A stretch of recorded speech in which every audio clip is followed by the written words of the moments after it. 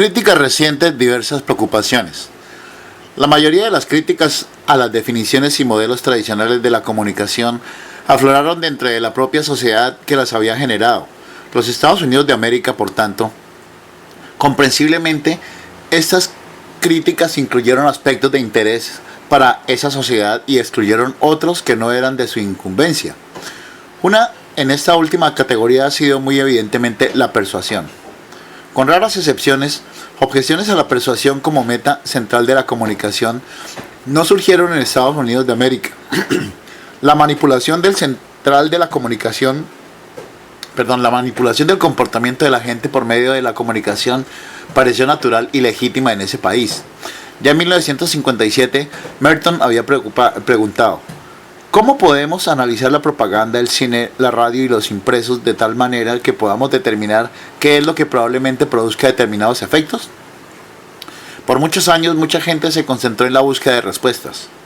La pregunta clave que ha dominado la investigación y el desarrollo de la teoría contemporánea en el estudio de los medios masivos de comunicación puede resumirse en términos simples, como por ejemplo, ¿cuál ha sido su efecto? La persuasión es solo un efecto posible entre muchos, pero se ha enfocado gran atención sobre él. Se ha supuesto que un mensaje efectivamente persuasivo es aquel que tiene propiedades capaces de alterar el funcionamiento psicológico del individuo de tal manera que responda manifiestamente hacia el objeto de la persuasión, de la manera deseada o sugerida por el comunicador. De Flower. Por otra parte, cuando se prestó atención a variables socioculturales que afectaban al comportamiento de comunicación, esto parecía estar esencialmente motivado por persuasores que habían aprendido que el individuo no podía ser muy eficazmente influenciado ni se le tomaba como desgajado del contexto social.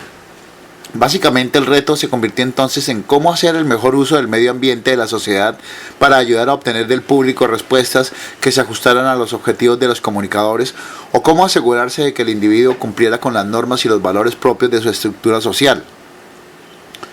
Consideraciones éticas sobre la naturaleza y consecuencias de los fines y manipulaciones del comunicador, y relacionado con ello, preguntas sobre si tiene o no derecho limitado a ejercer persuasión aparecieron rara vez en el escenario de Estados Unidos de América. Ellas habrían de surgir de otra parte. Evidentemente, el paradigma clásico había llevado a los investigadores a concentrar sus estudios sobre cuán persuasible era el receptor como individuo y como miembro de agrupaciones sociales, de modo de ser capaces de ayudar a controlar su conducta.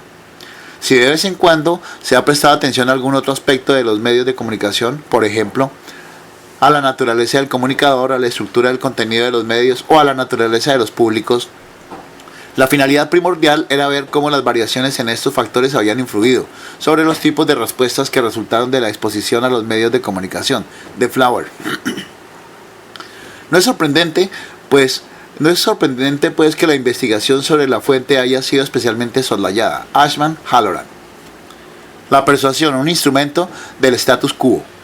El paradigma clásico también lleva a los investigadores a poner su enfoque sobre las funciones de la comunicación de masas en la sociedad, el cual había sido expandido por Lazarsfeld y Merton, Wright y otros más allá de las proposiciones básicas de Lasswell. En tanto que la orientación de efectos buscaba descubrir que esto es lo que los medios de comunicación hacen a la gente, la orientación de funciones se dirigía a descubrir qué es lo que esos medios de comunicación hacen por la gente. Fue en Latinoamérica donde probablemente primero se hicieron objeciones a las dos orientaciones. Armand Matelar argumentaba en 1970 de la siguiente manera: el estudio de los efectos indica la naturaleza terapéutica y operativa de esta psicología, cuyo propósito es mejorar las relaciones entre una determinada audiencia y una firma comercial que emite mensajes. El análisis de funciones indica la preocupación de esta sociología con las motivaciones del receptor. Ahora, si buscamos el punto común entre estas observaciones, veremos que ninguna de las dos está concebida sin que el investigador endose implícitamente al sistema social existente. El analista explicó su evaluación del funcionalismo como una orientación en pro del status quo al enfatizar el hecho de que el indicador de una ruptura con el sistema, una disfunción, no se ha considerado nunca en su aspecto prospectivo o transformador. Tal disfunción jamás es explícitamente vista como fundamento para otro sistema. Matelar. Facilitación del mercantilismo y la propaganda.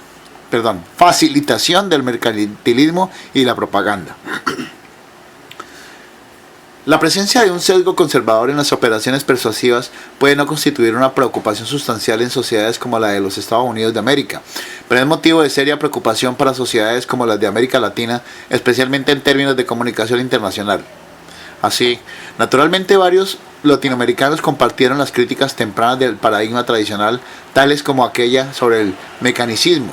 Sin embargo, ellos adujeron, por ejemplo, que el reconocimiento del hecho de que la comunicación es un proceso no alcanza a despojar al esquema de su afiliación autoritaria. Garaz también comprensiblemente mostraron mucha mayor preocupación sobre ciertos propósitos de la comunicación persuasiva que la manifestada en Estados Unidos, debido a una larga experiencia. Los latinoamericanos cuestionaron a esos fines como herramientas al servicio del mercantilismo, de la propaganda y de la alienación.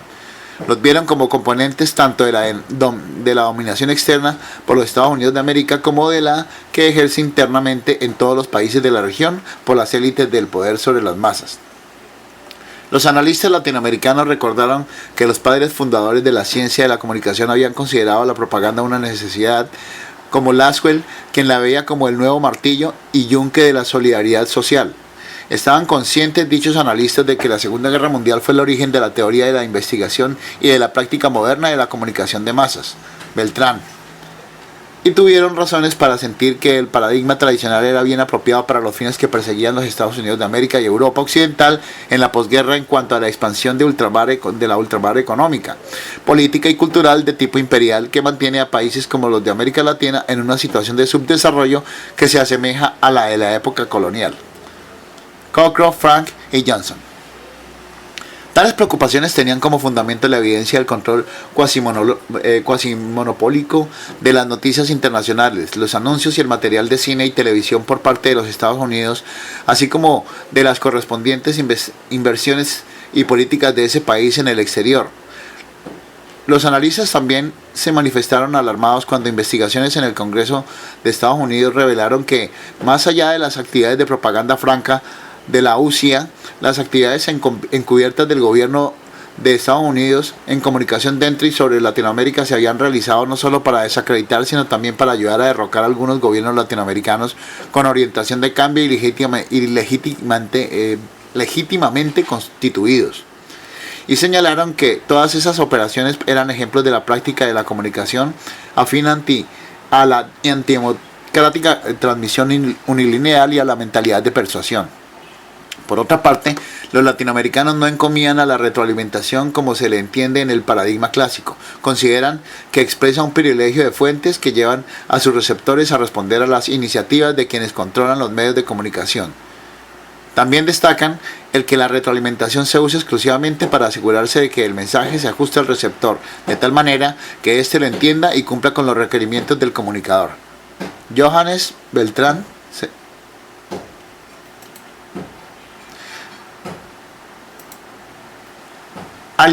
Alienación, la imposición de una ideología. Los latinoamericanos somos harto enfáticos acerca de las influencias alienantes de la comunicación de masas. La investigación ha documentado ampliamente la influencia abrumadora de la orientación, el contenido y la financiación de los Estados Unidos de América sobre los medios de comunicación de masas de la región. Varios estudios han revelado la inculcación de una serie de valores y normas foráneas constitutivas de la pronunciación de todo un modo de vida, la ideología capitalista. Esto ocurre a través de que virtualmente todos los medios de comunicación, pero se muestra más pronunciadamente en la televisión, en revistas especializadas, incluyendo las de historietas, en la propaganda transnacional en general y en las noticias extranjeras. Al estar preocupados por las consecuencias de tal contenido de los medios de comunicación, los latinoamericanos objetan también ciertas conceptualizaciones no tradicionales de la comunicación, tales como las de Marshall McLuhan. Por ejemplo, Antonio Pasquali, filósofo venezolano e investigador de la comunicación, rechaza por conservador el planteamiento de que el medio es el mensaje. Esta objeción no significa negar que la ubicua presencia de los medios de comunicación de masas deba por sí misma ejercer alguna influencia sobre la gente. Se dirige así a prevenir que tal afirmación conformista arroje un velo sobre la realidad del impacto de los mensajes nocivos de que son portadores los medios de comunicación masiva. Estos puntos de vista los comparten otros latinoamericanos como Díaz Bordenave, que dice que a pesar de lo que sea que Marshall McLuhan pueda argumentar, el contenido de los medios de comunicación social es significativo para el desarrollo de las personas y por consiguiente para el desarrollo nacional. Los latinoamericanos no están muy seguros de que el mundo se haya convertido en una idea global, porque para comenzar millones de ellos no tienen acceso alguno a ningún medio de comunicación de masas. Y si la magia de la electrónica está en realidad acercando a la humanidad entera, temen que la aldea estará más que nunca antes en la historia manejada por la minoría poderosa. Por otra parte, no solo los latinoamericanos sospechan que McLuhan, con su toda imponente originalidad, no está en realidad muy lejos de la mentalidad clásica conservadora en que, como la nota Finkelstein, puede considerársele el más importante vocero del poder corporativo establecido.